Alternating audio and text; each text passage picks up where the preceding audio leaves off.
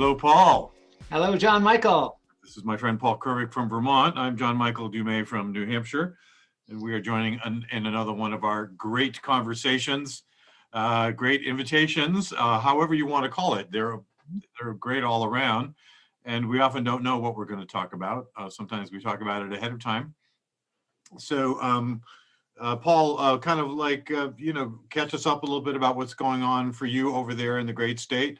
Sure. Right now it's April 8th, and just give us a little, whatever you want to tell us about you, just for a quick Yeah, little intro and catch up. sure. Well, there's come exciting things that I'm working on that are involving soil and water and health, and also working on a movie, transformative movie about humanity and about fear and about consciousness and our ability to create a life that we choose. And that's kept me pretty busy. And it's springtime, so the garden's coming along. Our labyrinth is finished. We built a very sweet 90-foot diameter community labyrinth here from stones that we've gotten from friends and neighbors and farmers' fields and what I can fit in the back of my Honda. So if anyone's over this way in Ferrisburgh, come with a stone and put your own stone in the community. And we're developing this kind of loving portal for community, for health, for all the things that you and I are dedicated to, John Michael. So that's pretty much what's going on for me. Great. And so what's happening in the state of Vermont now in terms of all things pandemic? Or what are you seeing now in terms of? Yeah, there seems to be, and again, my wife and I have decided we just don't watch the news anymore.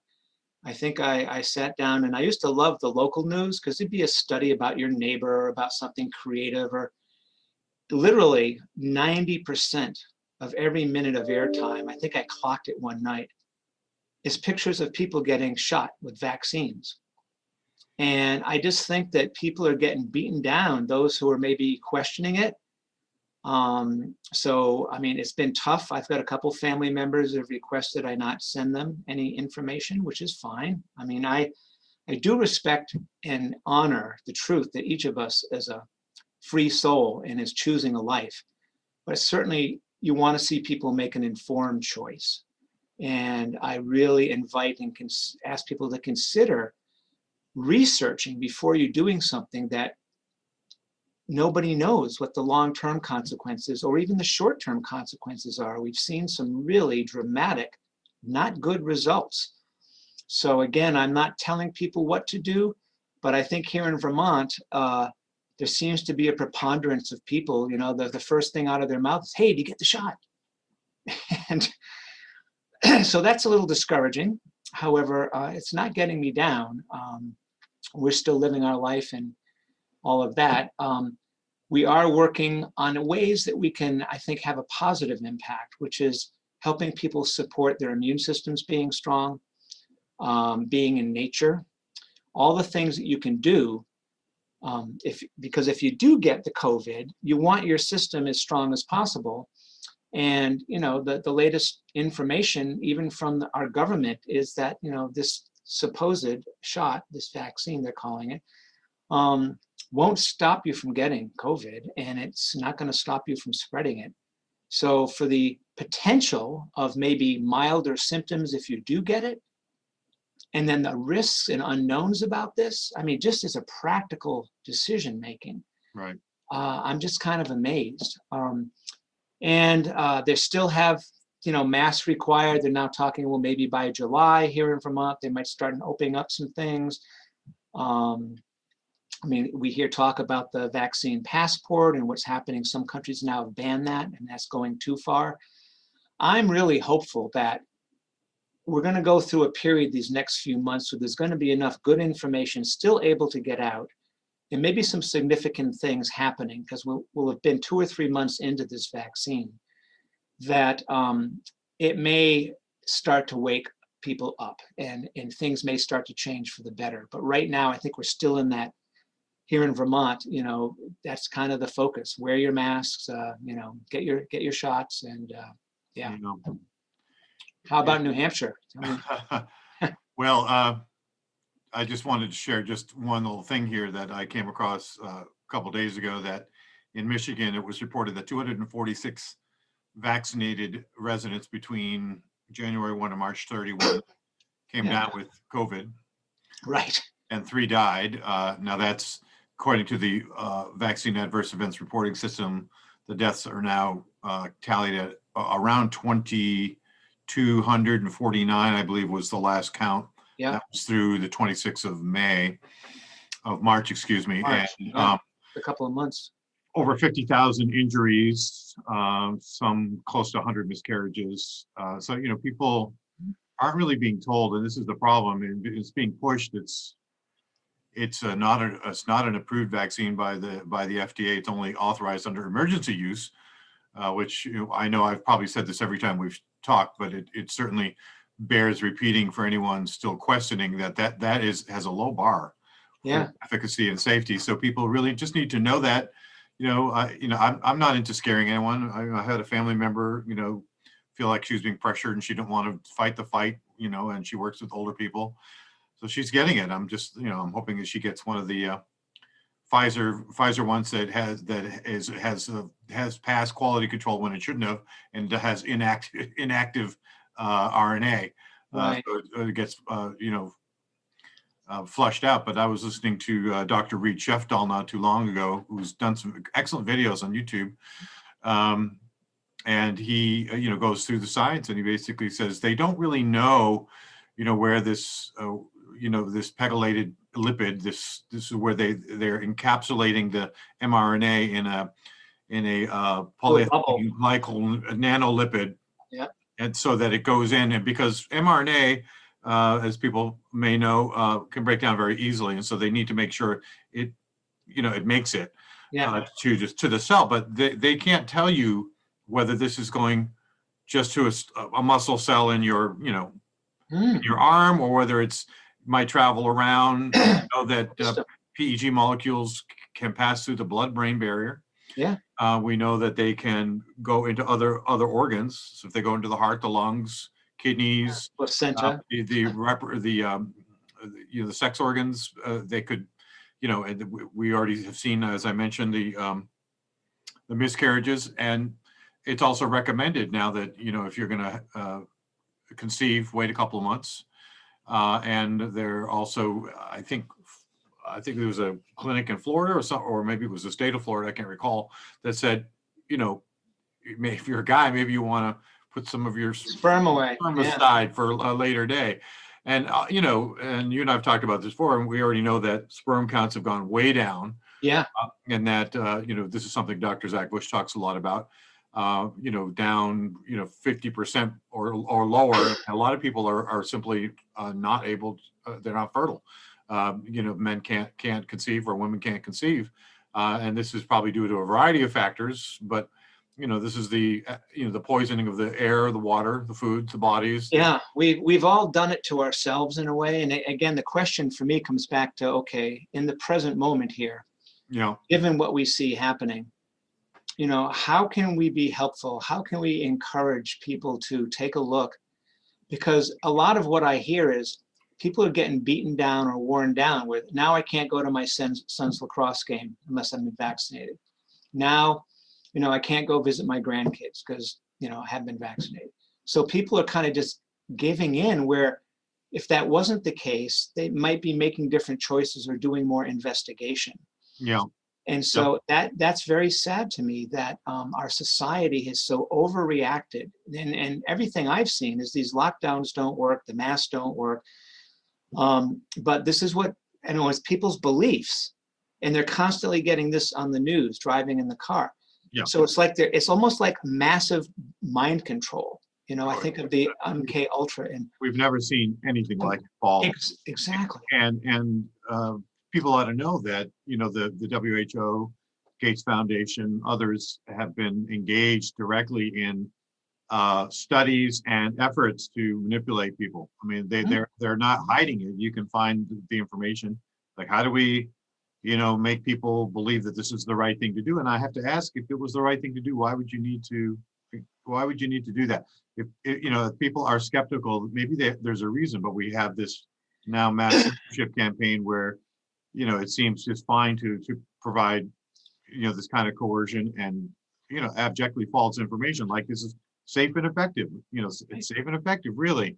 Well, they said it was 95% safe because, in the 15,000 cohort, out of the experimental group, 5 people got COVID. Out of the placebo group, 90 people got COVID. So isn't that about a 95% difference?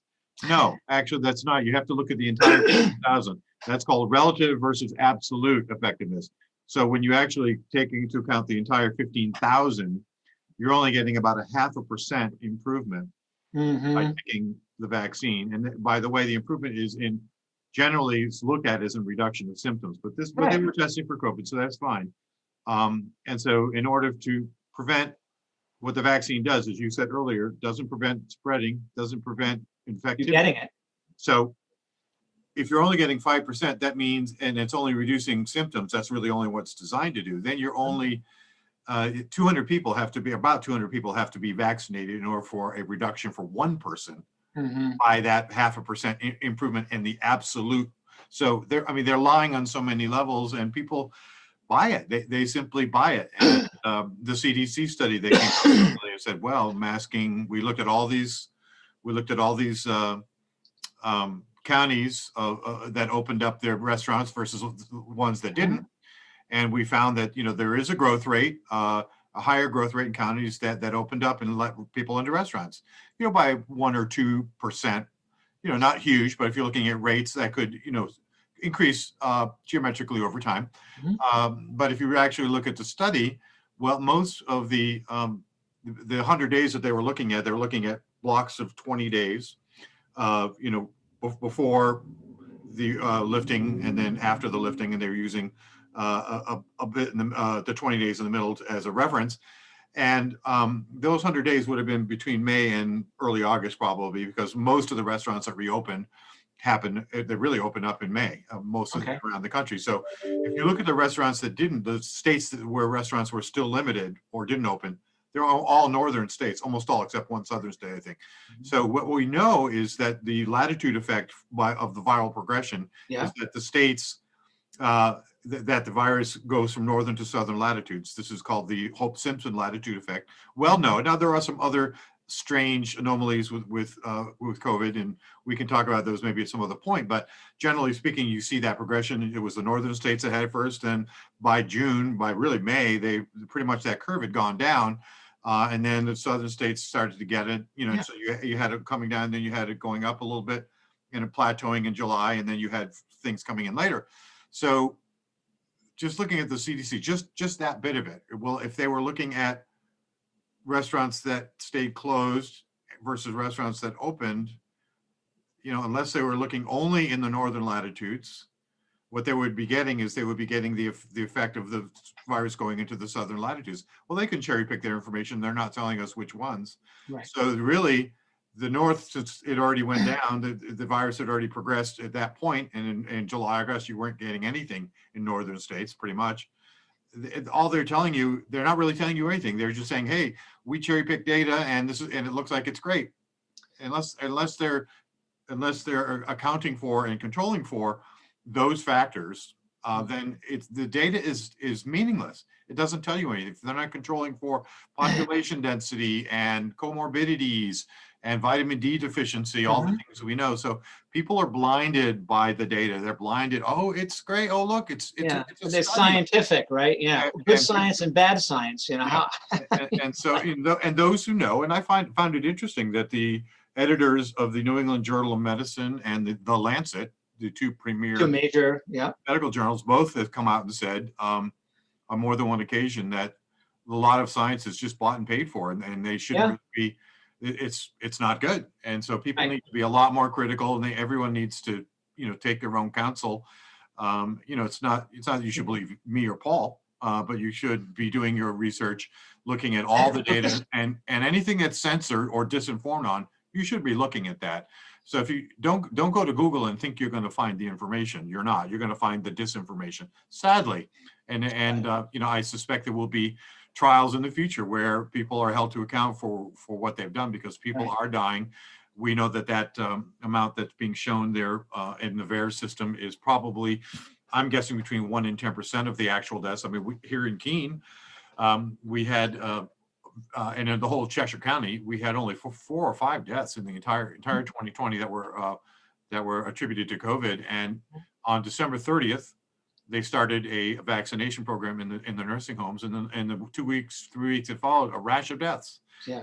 As far as I know, none of those are in the VAERS system because it's a voluntary system. Right. It's a passive system, and there's no independent body that's investigating these deaths. They're just saying, no, you can't prove that that's due to the vaccine. They would have died anyways. Well, I find it a little bit specious.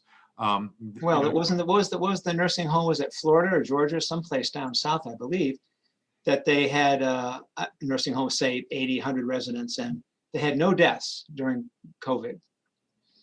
And of course, they all got vaccinated. And then within 2 weeks, I think, or a month, they had, I think, 20 or more residents die. And they said, oh, well, they were, old anyways, or whatever they had. Yeah. Well, and honestly, January is the middle of the respiratory stress season, and so flu season. But what can we say? It's very odd, and it deserves an independent body investigating, and there isn't one. Who's looking at it? I've heard reports that in the medical community, people don't want to do autopsies on these individuals because they're afraid of whatever might be passed along when they open up the bodies. There's that kind of yeah, we go back to the whole germ theory of medicine, and viruses. There's another level to this, and then there's another focus I'd like us to kind of shift into too. But sure, the other level of this I've just been hearing about is other countries around the world.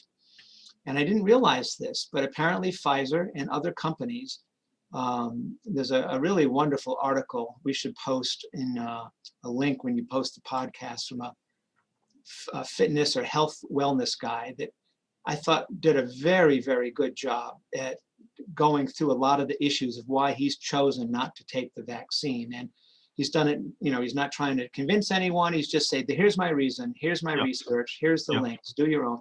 Yeah. But part of it is these countries, I guess, are signing over their sovereign assets of the people. They're paying billions of dollars just to be able to get the vaccine. And a few of them, I think Brazil, I heard, is now refused because they were making so many demands. And, to me, it doesn't take a rocket science to look at this agenda that's not just here in Vermont and New Hampshire. This is happening worldwide. And why is it some countries are saying no more lockdowns, no more vaccines? We're outlawing these things. And yet here in a brilliant, free republic, United States, a lot of people have bought into this fear narrative. And what I'm seeing, again, is an opportunity. And what can we do through our conversations, through our communities, through our connections with family and friends that we have, to support people? Because I think people are so beaten down through stress, through the poor food we've eaten over the years, through environmental pollution, through the stress of having to work 2 jobs. They're worried about their kids, they're worried about their parents. You and I both understand what stress does to your immune system. You don't think clearly. Emotionally, you're on edge. And so they're breaking down people.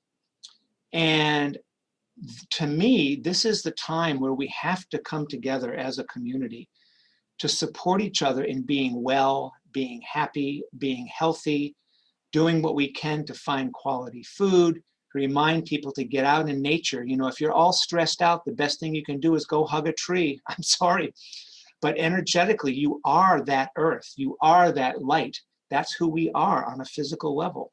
So if you're immersing yourself with the quality that nature can provide us, that's going to give you the best chance, better than any shot from my experience.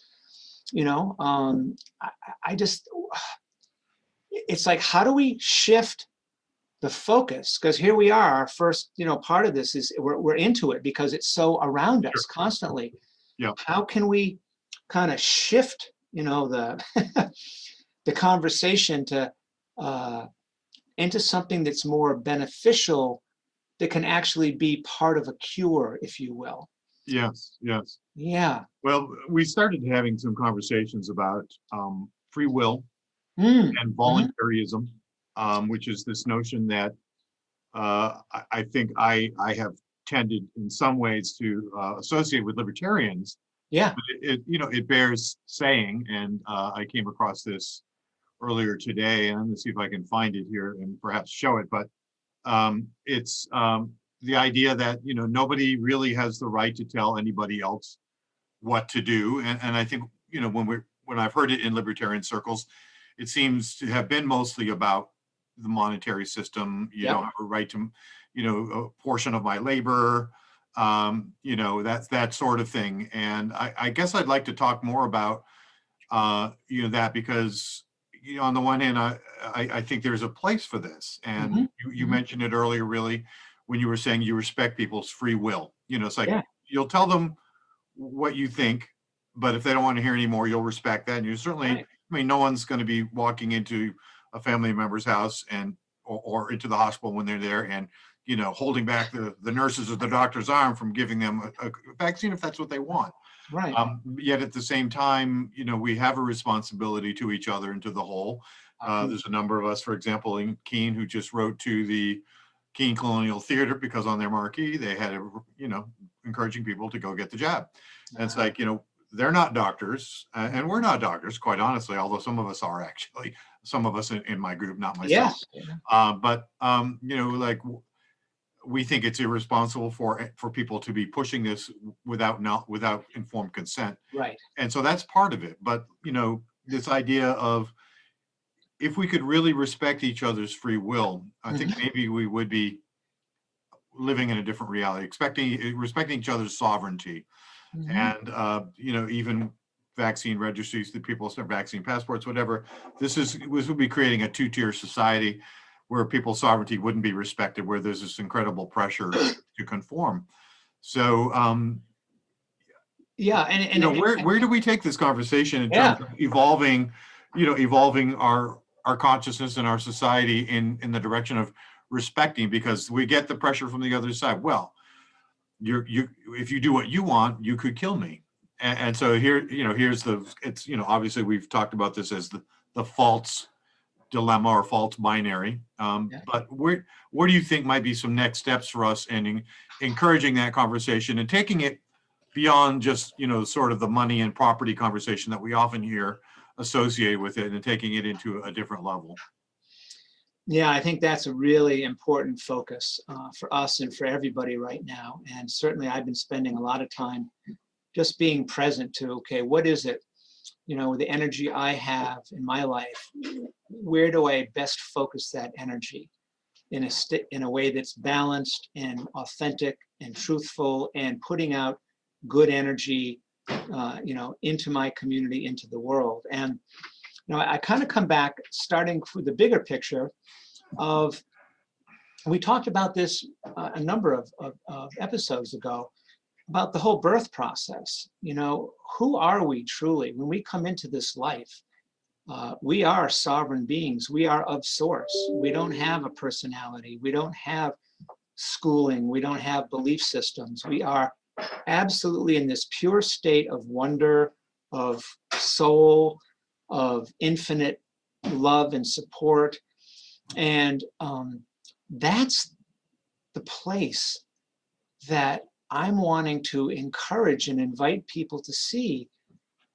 Are they happy with what's going on in their lives right now? And if they're not, if they don't like working two jobs and are stressed about money and worried about health and can't, find any decent food to eat, that's a conversation that I would love to have as a community, smaller communities, of what are the issues here in our community that are really stressful for people.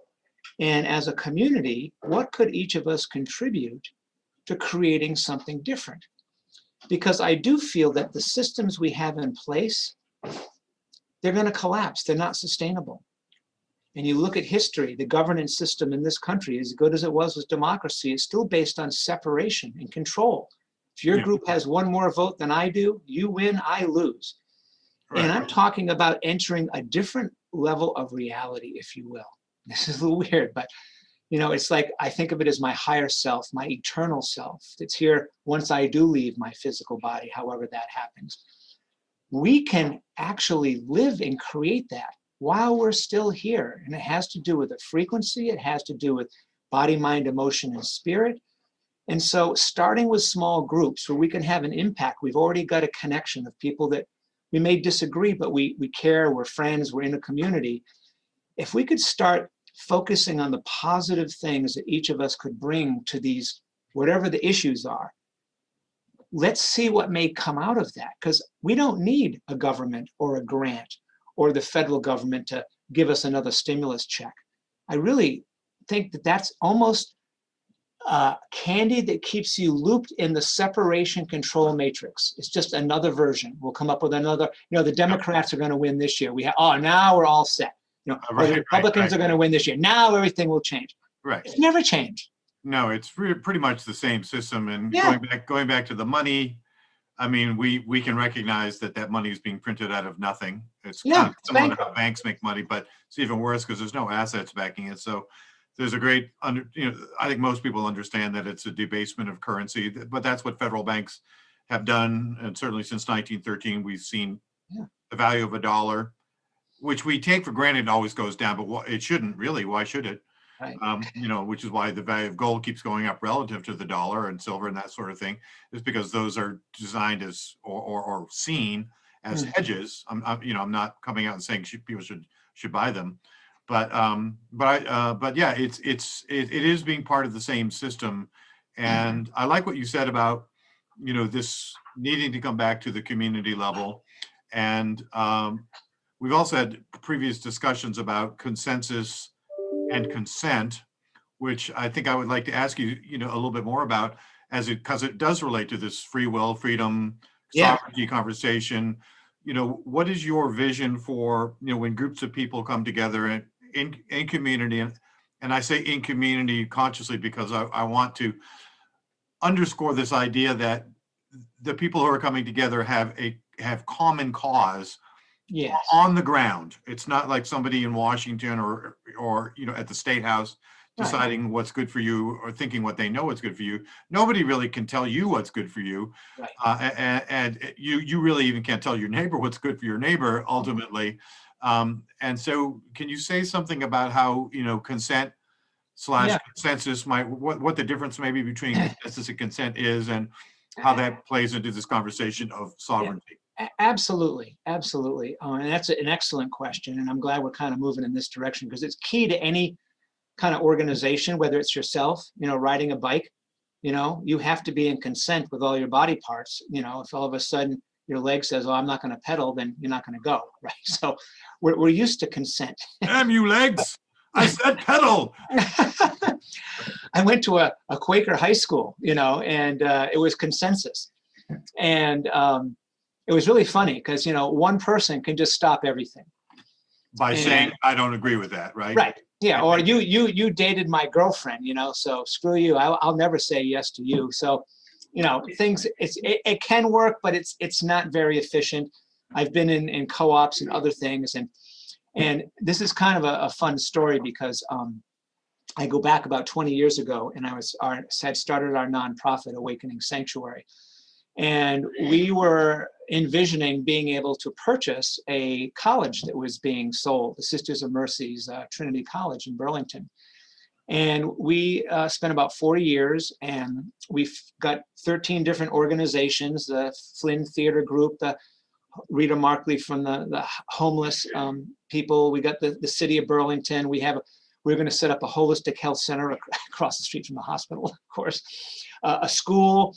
We had Will Wrap and Garden Supply. We're going to do organic food growing. We had this whole vision. Trust for Public Lands was going to fund the whole thing. And as we were developing all of this, I sat down and I started looking and saying, oh my God, we've got 13 different organizations. How are we ever going to make decisions? And we called our project Trillium Crossing, the triple flower from the Sisters of Mercy. And so I began researching. And I looked around the world, and this is where I started getting this epiphany that all our governance systems, whether it's communism, capitalism, democracy, all of them are still based on this reality of this, what's not a total reality, of a third dimension and duality, where things are separate and we control things. So if you look at your medical system, your legal system, your education system, finance system, they're all based on that reality. I said, I want something. And I said, I can't imagine being in a meeting with 13 different organizations, some with boards of directors, some with CEOs, private, nonprofit. How are we ever going to make decisions? What I ended up finding was this system that came out of the Netherlands. And over there, it was called Sociocracy. And Gerhard Endenberg, who came up with it as a young boy when the Nazis were over there and he was out in the woods, he was in nature. And he started to see, and if you look in the research, there's a lot of really interesting scientists and doctors who show how Darwin had it wrong. You know, the world isn't based on competition, it's based on cooperation. And I said, ultimately, that's what I want in our decision making, is the way we can cooperate and create together. And so what this was based on was like in nature. And what is the governing principle of nature? What's the governing principle of every cell in your body? Literally every second, a cell will die and be regenerated. So we're constantly changing. Yeah. But we get into our mental things of controlling people, of controlling society, of controlling, but you can't control anything. Mother Nature would come out with a big tidal wave and it's all gone. Okay. So in consensus, everyone has to agree, which is hard if we're all sovereign and have free will. And, you know, Right. it's a tall order to get that kind of to work in an organization or a community or a school or a government. Consent is, it means it's within a range of tolerable territory. You have no reasonable objection. And so what's different is when you're in a group, and when we had our group, if you had an objection, that's what we wanted to hear. In consensus, often people won't bring it out. They'll say, I'm not giving my yes. So you never know. But the only way, if you and I were on a ship together, okay, and we had to get from Maine to Europe, and say you were the navigator, you know, up there with the binoculars, and I was working down in the engine room, and somebody else was the cook. In terms of the value of the goal of getting from Maine to Europe, that ship has to operate and get there. We have equal value. We may have different jobs, but we have equal value to the success of that. So in consent decision-making, we want to hear what all the objections are so that we can put them on the table and come up with the best in the moment creative decision to accomplish the goal. And guess what? We make a decision. And if something happens and it wasn't the right decision, or we should have made another one, then we make another decision. So everything is based on things are going to change. People are going to change. Circumstances are going to change. And it becomes very vassal and adapt at being in the moment. And so when you have groups and organizations, particularly where there's a lot of passion or stress, big issues, you know, people come at that with a lot of ego and a lot of it's my way or the highway, you know, and so how are you going to work together with these folks? Because you value them as free will, you value them. But what I'm looking more at is freedom. And there's a big difference to me in freedom and free will, because in free will, you and I can get together and I might not look like the look you're wearing that day and I knock your hat off, you know, I can do that. I got free will. And that wasn't very kind. And you may be upset and, well, you got free will. You can knock my hat off. And that's kind of the way the world works. People aren't conscious. It's about me. In freedom, you're free and I'm free. And if I honor that, then when I'm making a choice about something that's going to affect you, then I'm starting with a place of love and compassion and cooperation. And I'm looking at the outcome of the decision I make. And so I honor and include you in a collaboration because I want us to be able to be friends or to accomplish something together in a group. And so by having consent, you can bring in people with diverse personalities, objections, get it all on the table. And the agreement is we're going to make decisions by consent. And so you sit around and everyone speaks. What are your objections? What are your objections? We make a proposal. Okay, you have a facilitator. Someone takes notes. That's a kind of elected thing, and it's not about the majority. You know, everyone gets to put their reasons why they think you'd be good for the job. And then everyone decides, and okay, so for a year, you're the facilitator, I'm the secretary. Facilitator's whole job is to make sure everyone has a chance to input, and that we only have an hour to make this decision. We begin and end on time. Real simple. And then you go around and you hear enough input of what people think the decision should be. Then you as a facilitator kind of look at all of that. And it may be that there's enough there. You say, I'll make a proposal. I'm hearing this. Here's what I propose. Then you go around. Any objections? And then people can object. And then you modify it. End of the day, you got that decision made. You've done it. You've done your work. And everyone feels good about it because their voice was heard. Okay? So again, no paramount objection is kind of the container. Yeah. You can object still and still say yes. And let's see what happens. But there's no, if you have a paramount objection, then you need to put it on the table. Right. And that honors the freedom, it honors the individual. And I mean, I would love to see as we start organizing in new ways, because our existing system, winners and losers, it's still duality. Yeah. Yeah. I like what you said. I like how that works. And it implies two things, and I want to get into this discussion as well. It implies knowing what you want, right? And so, and it implies a capacity to listen to what other people want or need. Yeah. And we're not equally skilled in those. Right. And I think too often we've been taught to kind of like, well, everybody else wants that, maybe I'll just go along with it. Of course, we see examples from the other side of it, the my way, the highway, as you said. And I have a feeling that we're going to need to be skillful in the coming times in helping people who might have been the sort to kind of hang in the back of the room and not say very much. Because not everyone is initially able to, even in a circle of supposed equals, even if you say, hey, you're in a circle of equals, not everyone has that capacity to get past their own internal dialogue, their own internal judge, to say what's true for them. And some so, people won't. You Right. can still, you say, I'll consent. I'm not sure I agree, but that's it. It's fine. I'll consent. But again, it Right. honors the individual to have the opportunity right. as an equal to contribute to making the decision.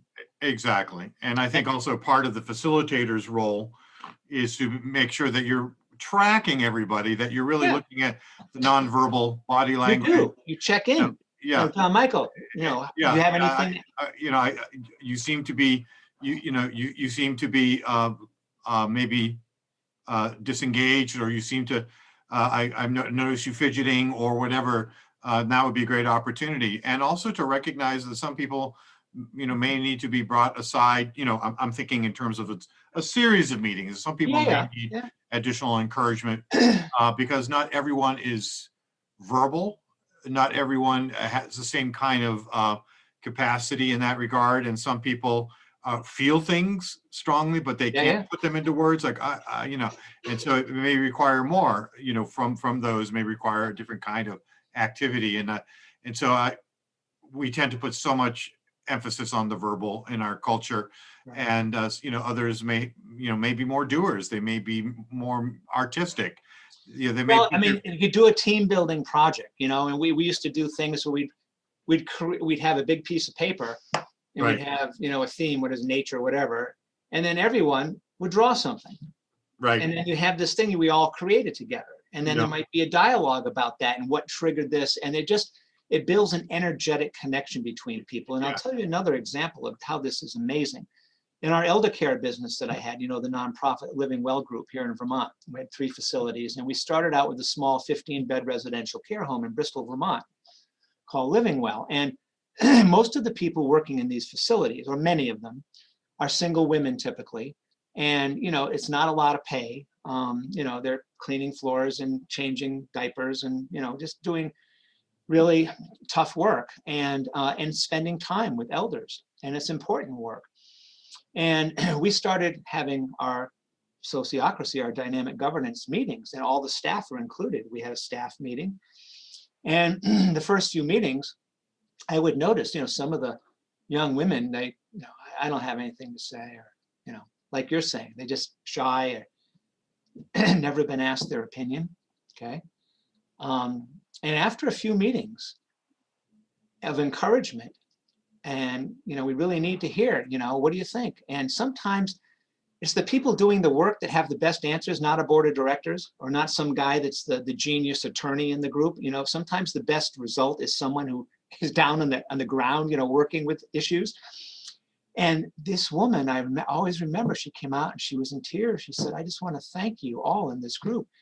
She said, "I've come from a very abusive relationship growing up as a young girl, and in my marriage, and I'm divorced." And she said, "I've never really been asked my opinion about anything." And she said, "I just feel so safe here. This is wonderful, that I can disagree. And I'm not badmouthed. I'm not blamed. I'm not shot down. Because what we want is the objections. That way we can have the best chance of making a great decision."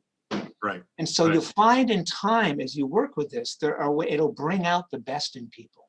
I'd even like to use the word divergences instead of objections, because objections implies to me a little bit of like, I'm gonna find what's wrong with that, versus divergences implies to me it's kind of like variations of perspectives, facets that maybe not have been considered. And I like what you said. Within my range of tolerance, I don't know what the word would be, but I mean, that's the way they come I'm developed. We could develop our own, word. Yeah, I'm thinking of how I would, raise this in a community and try to put the most neutral spin on all the opportunities, so that people, aren't reacting one way or the other, but are really just feeling free to come forward. So I really like this, and I like the idea that you're as much as you can have a managing body, as it were, that unless you're taking into account the input from the people who are having to implement, whoever those people are. It could be highly technical, it could be caregiving, it could be janitorial, it could be farming, but it's like, if you're not listening to those people, then you don't get it.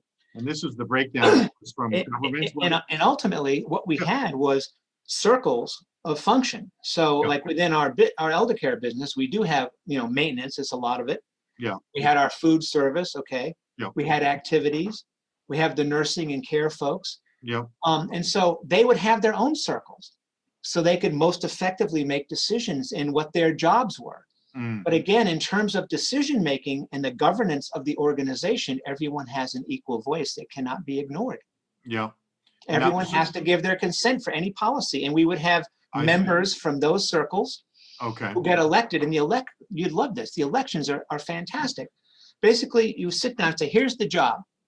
Okay, so say we're going to elect a facilitator of our group here for the New Hampshire Rise Up, circle.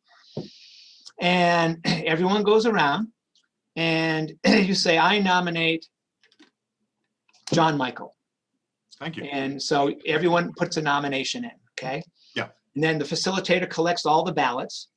And it's so funny. Everyone, when you're first doing this, they fold their ballot. They don't want people to see who they voted for. Kind of thing. However, here's where the fun part comes.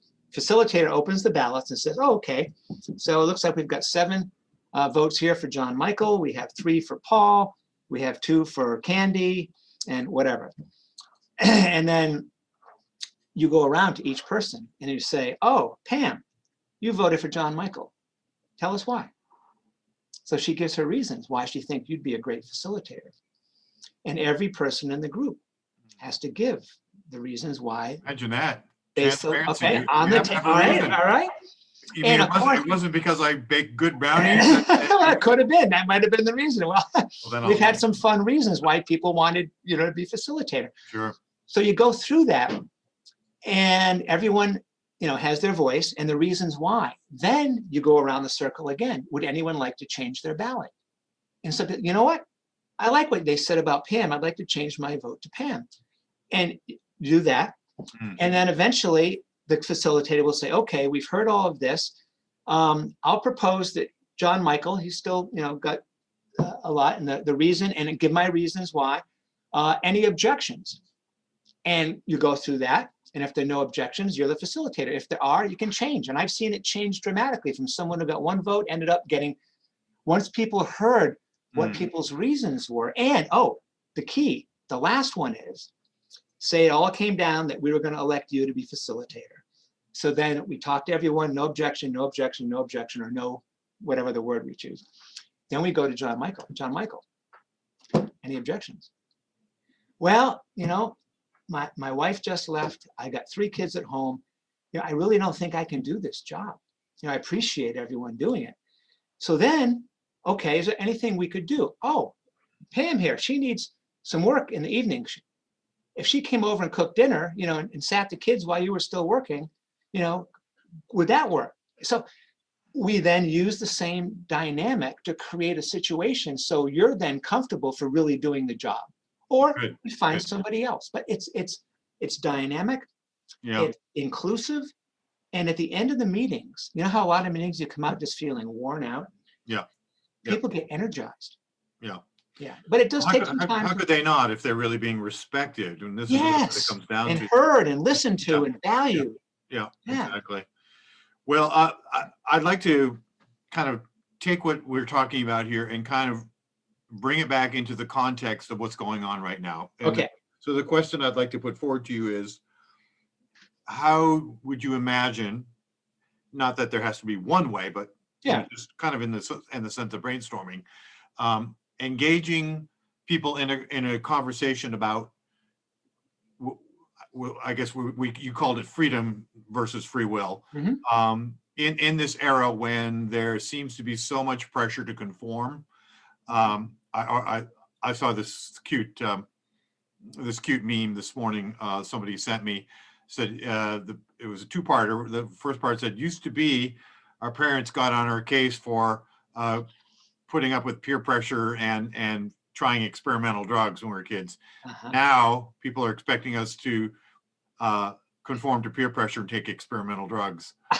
Oh, that's pretty creative. So, like, but it speaks directly to, you know, it does, you know, peer pressure and you know, the effect of shame and other forms of social control, which, you know, I mean, shame is ridicule, humiliation, you know, call out culture, cancel culture, and it goes, of course.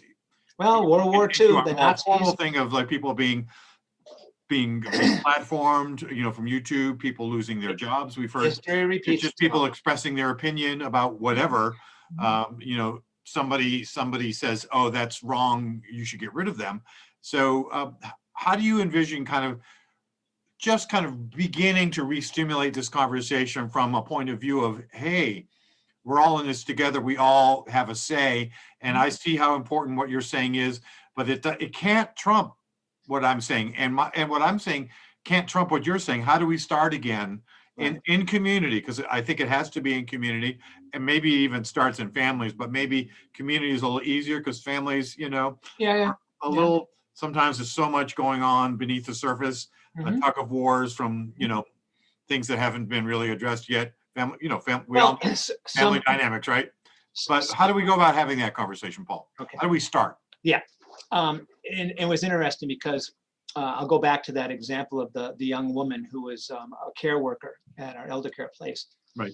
This was working so well there in getting rid of a lot of the stuff that happens as employees, you know, competition and everything, because people found they were working together. Right. This one woman went home and started doing it with her kids. And she said, you know what? It made a huge difference. It made a huge difference. Wow. So I think you just answered it by you're having the conversation with people in whatever the group is and saying, you know, this is what I observe in our country, you know, start there, you know, with separation, control, free will. And here we are about freedom, you know, rise up New Hampshire, you know, live free or die, you know, that's kind of part of your whole. And so if we really honor freedom and we're collectively wanting to create something new, okay, because the other isn't freedom, it's lockdown, it's separation, it's shame, blame, control. I mean, history repeats itself. The Nazis did this. Where did that get them? You know? Right. So can we have a conversation about how we're going to work together, how we're going to communicate together? Let's start there. because that's the primary core of any relationship, is the energy exchange between people. And there are different tools and skill sets like nonviolent communication and things that you could bring in to do a one-day training if people were open to that. But I think just starting the conversation with, we want to be effective. We want to, from a freedom place, include people that are drawn to be involved in what we're doing. And everybody is going to be valued here. And we need to find an effective way to make decisions, to get the work done, and honor each other. And so let's have a discussion about what that might look like. That's probably what I would start with. That sounds like a great invitation to me.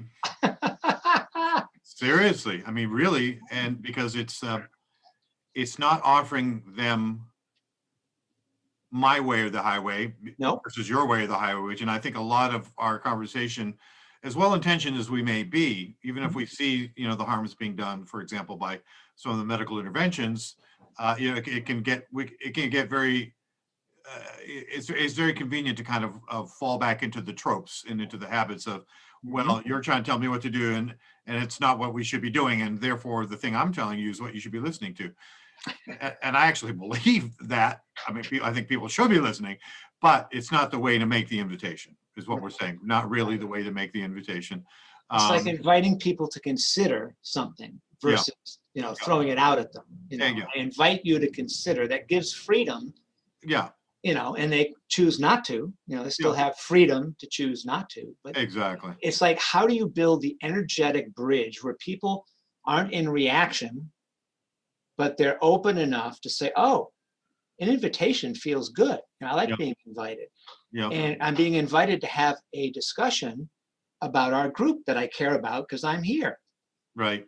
And how can we work together most effectively, efficiently, and you know, and it just kind of evolves from there. But it starts very simply building a connection. I would love to have a chat, you know, with you, with our group, you know. Yeah.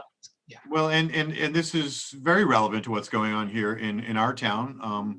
We have not only that marquee I think I mentioned earlier, you know, where, you know, some of us have now, you know, written to him or called him, the person who runs the theater, and said, you know, we don't think that's a good idea. Here are the reasons why. We'd like you to consider taking that down. But also, you know, members of the local co-op where they've been particularly, shall we say, energetic in enforcing mask mandates, and including with people who should not be wearing them, elderly people who, you know, literally have blood pressure issues and breathing issues. Right. And yet they're forcing them to wear them and up over their nose and that sort of thing. And also with the Keene City Council, which has passed an ordinance, you know, making that a thing, and you know, apparently have, you know, threatened fines and the like. And you know what I want to do is you know, I don't want to go in there finger wagging. I do want to definitely go in there with a sense of, you know, encouraging and inviting them into this, maybe a new vision of consent. Yeah. You know, where everyone's working together, and where, you know, rather than simply dismissing views that don't conform with what Dr. Fauci happens to be saying any one day. And you know, when have we ever had a single doctor ever tell the rest of the country what to do? I mean, hasn't it always been a panel of doctors, you know, or scientists when it comes to anything that's important? Who holds how many 100 or 1,000 patents on pharmaceuticals and owns percentages of the vaccine companies? Ever heard of conflict of interest? I guess not when you're a doctor in the government. Yeah, and these are important points to bring up. I mean, I brought them up and people dismiss them, but it's like, it doesn't really matter. It's like if we are choosing to operate by consent, and so I can imagine that there would be several conversations that would be necessary. And so you know, I'm curious if you have any thoughts, because this is kind of where the rubber meets the road.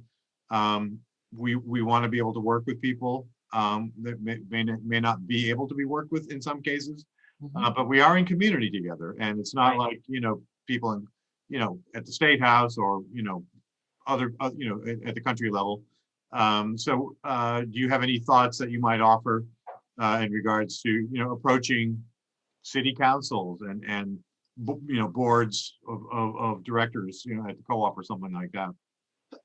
Well, again, I think having the conversation that we're having here, to go in and see if you had an opportunity to sit down with the board of directors there and just lay out some of the basic principles we're talking about. Freedom, free will, separation, fear, systems, governance, and making decisions where we honor people. And I have an example of, in a dictatorship, top down, okay? It's where the power is. In a corporation, who owns the most stock, okay? In a nonprofit, where's the power? It's the board of directors. And so we actually have an employee who's elected through our sociocratic process who sits on the board of directors. So there's full disclosure here. There are no secrets. People understand what's going on and they have a voice that can't be ignored. How would that feel to the city council? How would it feel to the board of directors of the co-op to actually include members, getting people more engaged in their business, having their input as part of their policy making? You want to talk about democracy. This is the ultimate in democracy because it involves the demos, involves the citizens directly in consent.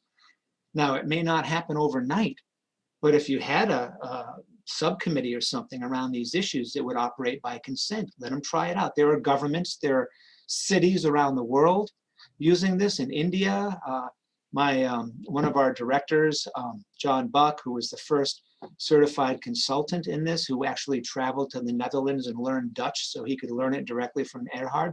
Oh, wow. We were the first nonprofit in the United States to actually adopt this into our bylaws. And I can tell you it's been very effective and successful on every level you can imagine. Yeah. And so there's free videos online. I mean, you could share a video with the board and then come in and talk to them about it. It's getting them some information and helping them have their jobs be easier and more fun, that are more engaging. And I like this approach because it's kind of an approach around, the possibilities of transforming the culture of our communities. And it doesn't necessarily immediately, go to the hot button issues and where people are disagreeing. So it's almost like saying, hey, let's establish some ground rules first. Let's make sure everyone feels respected. Yeah. Let's have a process that we can refer to and kind of, rest back into and say, how are we doing relative to this agreement that we had? Yep. And then use that as a springboard and as a kind of a sounding board, maybe even, or a tool in that sense to help to develop that new culture. I really like that approach. As we kind of come to the end of our hour, I want to maybe address just, perhaps in a more general way, this issue related to freedom.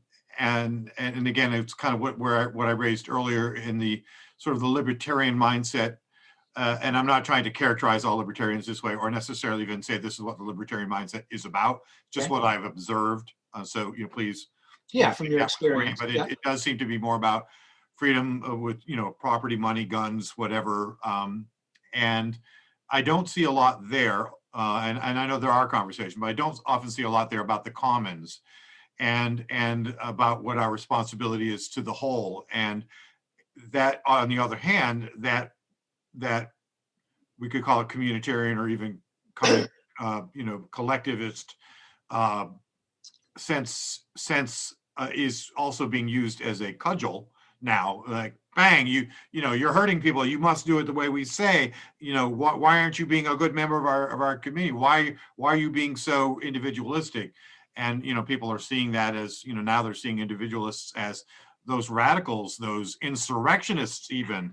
Right. Racist now. You call it racist, right? If you don't go with all of those labels. So, I know we don't have time to do this in great depth or detail, but just like to. Well, here's a new mind about some thoughts about the relationship here of our responsibility to the whole in this freedom conversation, right. and how it's being used and how we can reframe that and again offer a different cultural perspective or an invitation into one at least. Well, you're so inspiring. I just popped in with this whole new word. We're going to become sourcearians. Sourcearians. Because we are source. That's who we are. What does that mean? It means we're everything in creation. That's in our DNA. It's in who we are as spirits in this world, having the illusion of a separate experience. So a Sourcearian is someone that acknowledges that you are source, I am source. We have a different, unique, personal experience. But anything that we do and we do together, it creates another energy. So we're creating. So if we're putting out tension and violence, that's creating, and that will create that in the world. So if people could really get their head around that a choice I'm making from freedom, which honors cooperation, collaboration, it wants to engage, and we don't have to agree. But then we're working as a whole. So if nature has all the components, the sun, the water, the light, the earth, then we have growth, we have living things. But if we've separated things, soil without water, we're not going to have growth. And so it's like getting your head around, for me, or encouraging, inviting people to consider, who are you really? And what kind of world are you wanting to be, where everyone's separate, just doing their own things? Or where you can do your own thing and do it in a community where you're loved and appreciated, and your thing and my thing, they're creating something beautiful because we have all this diversity within our community. But what's happening now, again, through the tension, the fear, the COVID, the lockdown, the vaccine, it's all separating. It's playing out again. And we've seen this in other wars. For all of history, wars have never brought peace. And we're just going down that again. Now we're warring with people who are different than us. It's no different than the racism back in the Civil War. We're repeating it. So the invitation here is, let's create and move from a different place within ourselves. Let's do our own personal healing work here. There are many tools out there to look at your thoughts, look at your beliefs, look at your language, look at the impact you're having every breath you're taking with those in your life, in your community. Is that creating peace? Is it creating cooperation? Is it creating abundance? Is it creating health? Or is it creating division and separation? I mean, simple questions like that. If people had a moment to sit and take a couple of deep breaths first, go inside, get them centered in their body, or be walking in nature. I mean, one of the greatest things that my wife and I used to do early in our relationship, we'd get into some arguments or difficulties, and rather than sitting there and duking it out or separating, going in different rooms, we'd get up and go for a walk. Get out in nature, move the energy, because if you're moving, things can move, because otherwise you get stuck, you get separate. And so it's helping people with simple tools to keep the dialogue going, to keep us working together, because we're going to be so much more effective. Then that 99 flips the pyramid, and we create a beautiful world, a beautiful community, a healthy community, a vibrant community, abundant community. But it takes each of us being true to ourselves, but also living in freedom versus free will. And I think this is globally the great awakening, the great invitation, is this is the time where we can do it differently this time. If each of us does our part and shows up, is willing to have a conversation, willing to look at the good and the bad within us, because we all have it. Do the healing work, join together, create together. Fantastic opportunity here. All right. Well, I think you put the cherry on the top of that particular conversation. So really appreciate your time today. And, you know, we're going to work with some of these groups locally and see what we can do about inviting them into this, really this cultural opportunity. It's a profound one. It's one we really need to take. As you say, there's so much separation, and the mind does that. And it doesn't need to do that. You know, it's all here. It's all up There's here. no accidents that you end up finding each other. Yeah. You're there for a reason. And how can we make the best of all of us? Yeah. And already, you know, the people locally who've come together are people who would not have found each other otherwise. Without I mean, we are progressives, we are conservative. Again, the gift of are COVID, you know, it's an opportunity. Yeah. Where's your focus going to be? On all the problem part of it, or the creative opportunity from it? Yeah. That's where I want to put my energy. Yeah. And when you were talking, I was just, you know, getting the sense of, you know, this process, the Sociocratic process, is really being profound in terms of its capacity to bring new energy, new possibilities, Yeah. new options, new choices, way beyond this kind of duality or this false binary of you got to do it this way or there's no option. People will Yeah, it's die. not going to work, or Yeah. who Yeah. There's knows? only one truth, and that's like, wow. I mean, I really understand people's desire to be safe, but it's gone beyond the bend, right? Mhm. And we need a new way. So I think this is a really constructive way for us to start building that new way, and I'd like to continue this in future conversations. Absolutely. I just so love our conversations. Thank you so much. This is Thanks, great. Paul. You're doing awesome work. Bless you. Okay. All right. Thanks. Talk to you next time. Bye for now. Yeah.